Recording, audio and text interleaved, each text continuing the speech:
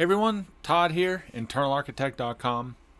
In this video, I want to teach you a little bit about compounding emotions.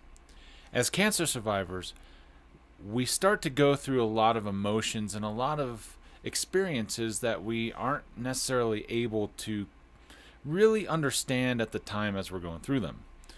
We go through a lot of self-talk, and a lot of that can lead to the negativity and positive thoughts that we experience as we go through all this emotion and everything that comes along with being a survivor. As a new survivor, we aren't able to put it all together, and it takes some time to really start assessing and sussing out what all these emotions and feelings really mean. As a new survivor, all these emotions will start to compound on themselves, and a lot of good, a lot of bad. We go through so many different feelings and so many different emotions that as they build, it can start to really add stress and create other issues that really we may not be aware of as we're going through them. As we spend time on all this, we realize that a huge majority of it can go towards negative self-talk, and which will lead to negative emotions. And as those compound, we have a tendency to start slipping into depression. This is really easy to do as we get further and further along in time after we have dealt with our cancer experience. No one ever tells you about what it's like to be a cancer survivor. No one is there to kind of help you and hold your hand through the survivorship side of cancer, because our medical industry is only set up to deal with treating cancer as it is, right? And no one has a lot of experience on what it takes to be a cancer survivor. That is one of the biggest reasons why I'm actually spend so much time on the psychology side of what it takes to be a cancer survivor and finding peace and finding balance in your life afterward. The positive and the negative side effects of going through cancer are immense.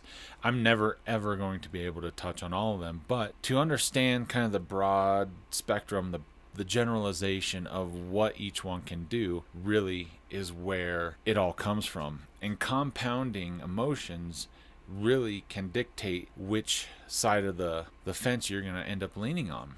When you are going through a lot of negative self-talk and a lot of negative emotions, that's where it can kind of lead you in deeper down that rabbit hole of depression. It's really important to understand that as you are experiencing the positive and the negative emotions, all this compounding can do two things. It'll either lead you down the rabbit hole of negative emotions, which can lead to depression, or it can lead you through positive emotions and help you blossom as a person.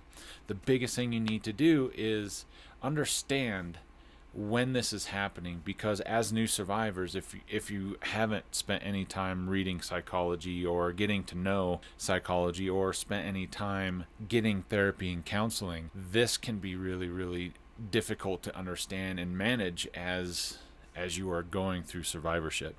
There are a number of things that you can really do to start recognizing when these compounding emotions start adding up. The first one is your stress levels. As time goes on, you'll realize that your stress levels will start to increase and get bigger and bigger and bigger. And you'll feel more and more weight going on your shoulders because you don't know how to deal with it. And that can start to trigger other issues of poor sleep, higher blood pressure, and your overall daily attention to details. Even all this stuff will start to slip. And like I said, this is just touching the iceberg of how depression kind of works, but these are some of the things that you can start to be aware of when you're feeling down, if you're not eating, and these are also other triggers that might be leading you back into an area where you could have a recurrence too. So keep that in mind. One of the things that's really important to know, though, is this experience that you go through and dealing with all your emotions and dealing with all your feelings and how they compound, is that this is all part of the process as a cancer survivor. This is stuff that they won't teach you, okay?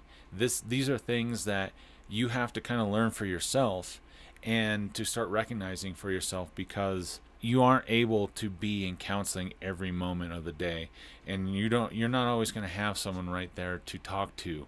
For me, I spent a lot of time talking to myself, really, trying to understand why I'm feeling these.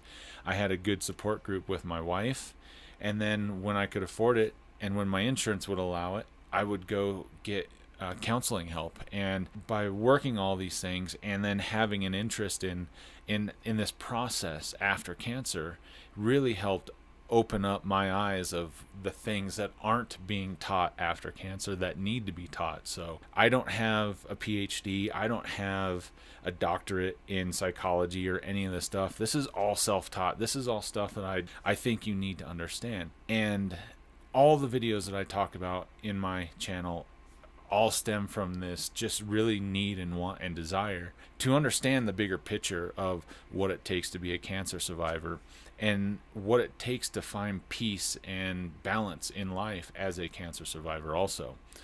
So when I talk about stress levels, when I talk about compounding emotions, this is what it's all about. And to start recognizing these things. And it's going to take time. This isn't going to happen overnight. I will continue to kind of push that for you to continue learning, because you need to take some personal responsibility in going, okay, I need to do this for myself. This is I'm going to piss some people off. I'm not going to go do some things. I need to really learn a couple fundamental things here.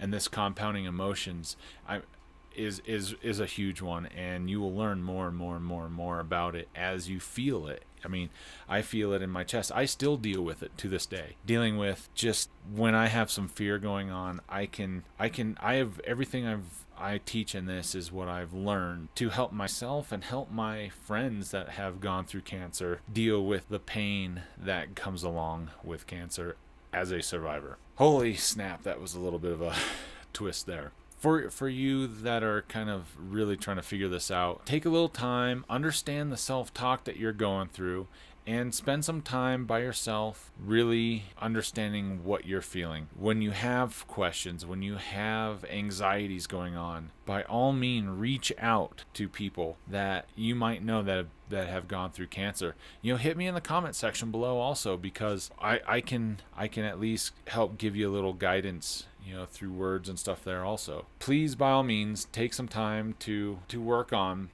yourself. Understand the compounding emotions.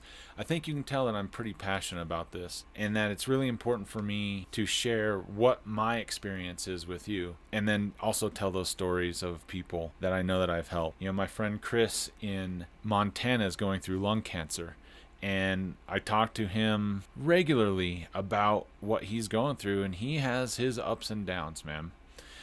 We just had a family through Strapping for Life come out to Colorado for the Dew Tour Action Sports contest at Breckenridge, and we had a huge talk about everything that we've been through. And every time I have an interaction with someone with cancer, it just helps me understand why the compounding emotions are so important to just understand. I mean, you're going to feel pain, you're going to feel depression, you're going to feel anger, fear, but at the same time you will have moments of clarity, and you'll have moments of excitement and joy and happiness. And once you kind of get those separated and you start to feel them, you can start dealing with them.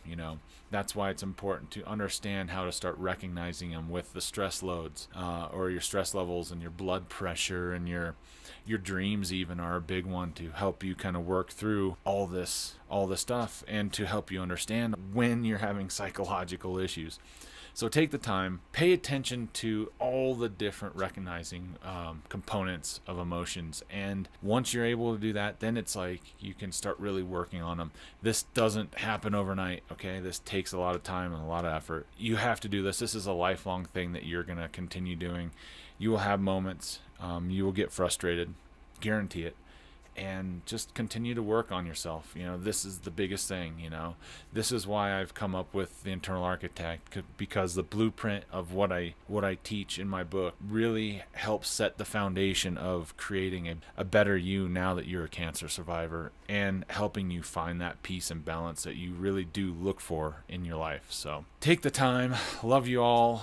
Please share if you know someone that's struggling, maybe with some after cancer depression, and that might need a little bit of hand and just helping them get going and get onto the right path there. So this turned out to be a little bit more of a tangent video than I was hoping, but my passion is pretty heavy into what I'm trying to help you with. So thank you so much for listening. Hit me in the comment section below and give me a thumbs up if you like it. Enjoy, you guys. Have a great holiday, and I will see you on the next video.